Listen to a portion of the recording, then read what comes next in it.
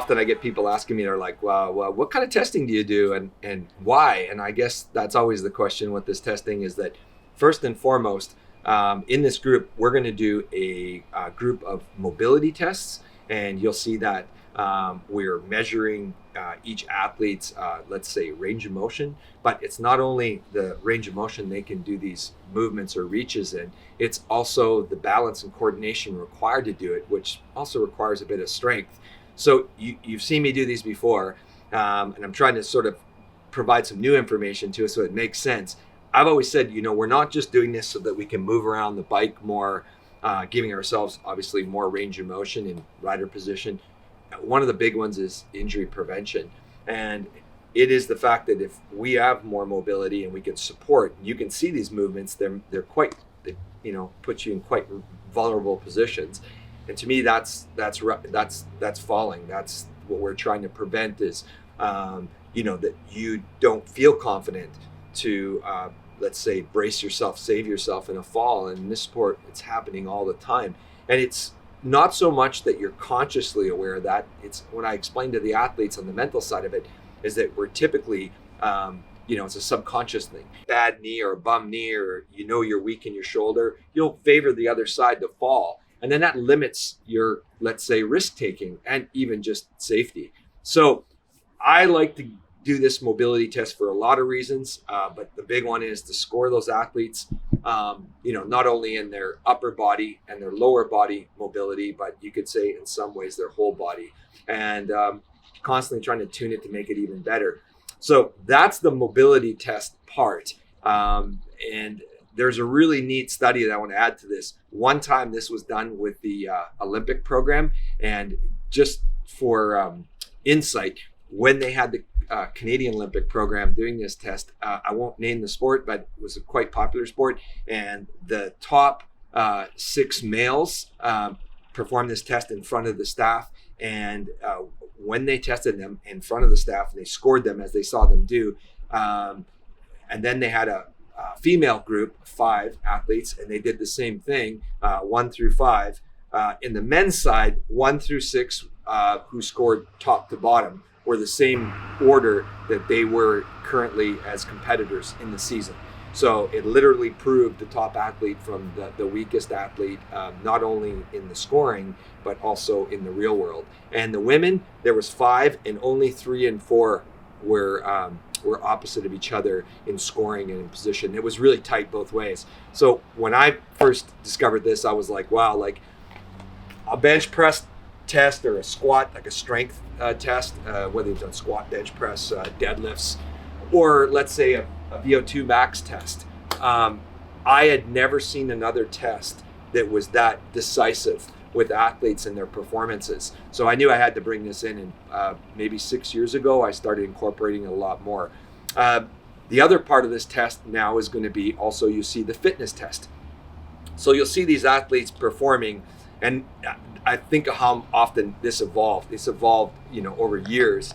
I used to do some bench press maximums and deadlift and squat, and I always thought about it, and it's such a technical thing, and I thought I saw the risk factor in it, and I still think there's something learned there, but I decided to evolve it into the Concept equipment. And I'm not paid to say this, I don't work for Concept 2, but I looked at this and I said, wow, like a rowing machine, which you hear by a lot of sports, sort of specialists, sports science guys, is one of the hardest sort of movements, exercises, that's out there. And then at the same time, we all know, a bicycle and how hard it can be on a stationary bicycle to put out an effort. And then last but not least, ski machine.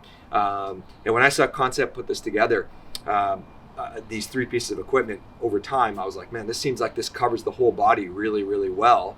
And in a not so invasive way, some athletes might disagree on how difficult it is, but I know that I'm not taking some risk in injuring the athlete other than them potentially not feeling so good after a test. So it's been great at covering the whole body and looking at parts. And I get a lot of times people asking, why that order? Why the rowing machine first, then the bike, and then the ski? Well, maybe for basic reasons. I want to kind of put the whole body into the row, more of the lower body obviously on the bike, and then the ski machine being a bit more core and upper body. So to me, by breaking it down that way, also within this test, we're doing 2 20-second efforts. So these are like maximum efforts to see, and we record your average watts for those 20 seconds with a little rest breaks in between. Then we also do each one of these pieces of equipment. We do a 3-minute test. So to be aware, the 20 seconds is a number I select based on where I believe is the right amount of information for an effort. Obviously, it's anaerobic. And then the 3-minute, which is also an anaerobic effort. They're of different levels. Some people know, these things called zones. I call them PILs, perceived intensity levels, and you might hear this in some of the testing. But typically, we're working these upper levels, and by doing the 20-second and the 3-minute tests, I'm looking at a few things. In the 20-second test, I'm looking at their maximum strength output over top of their mass, their body weight. And to me, that gives us a factor of how strong they are in those 3 movements. As far as the 3-minute test, I'm looking at what they can perform, what percentage they can perform of their 20-second or maximum over a 3-minute period. And then I run that number in the test as well. So there's a few variables. We even do a thing called a TOPO, which is a total overall power output. So all 3 pieces of equipment, the total watts from each individual test, 20 seconds times 2, and the 3-minute. And then I can give that athlete a total power, and again, that total power over their body mass or weight. And it kind of gives us a really great idea of where we are. And some science says, females will come in as strong as males in their lower bodies. I would agree. I've seen that at least. I've seen pound for pound, some females on average outperform males for the same body mass. Upper body, this is where most females can fall behind a little bit in their shoulders and their backs. So this is where it's nice for them to get an understanding of where they are, relatively speaking, too, with these tests. And then if somebody was to ask me, okay, then what about, you don't believe in strength tests? Lifting weights, deadlifts, of course I do. I mean, everybody knows PerformX, and they see all the strength training that goes on with our program as well.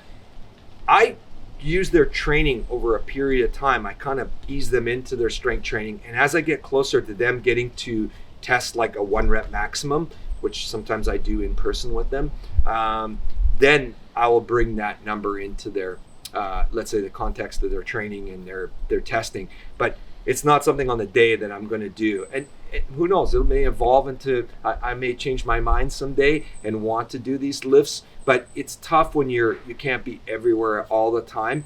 And we are building our staff and getting more people, but at the same time, to me, these 2 bookends, the mobility test, as I explained, and the fitness test, I think really, showcase an athlete's abilities, physically, mentally, emotionally, and even sometimes nutritionally. You see some people and you really discover in them some weaknesses, whether they're bonking or whether they just can't finish the test, or they see a big drop off. So we discover quite a bit with this, and you might just see it in the video as well. So belief is, let's do some testing, let's create a baseline.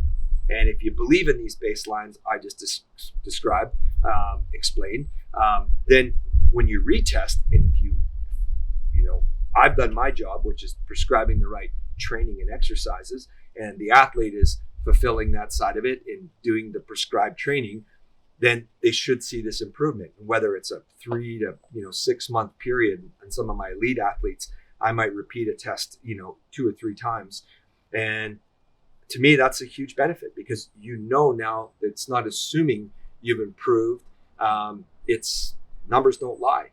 And to me, that's also, one of the most mental strengthening parts of the training, is that you're not just assuming this, you are actually achieving these performance gains, and you can check those boxes. And yeah, I think that covers everything. And enjoy the video.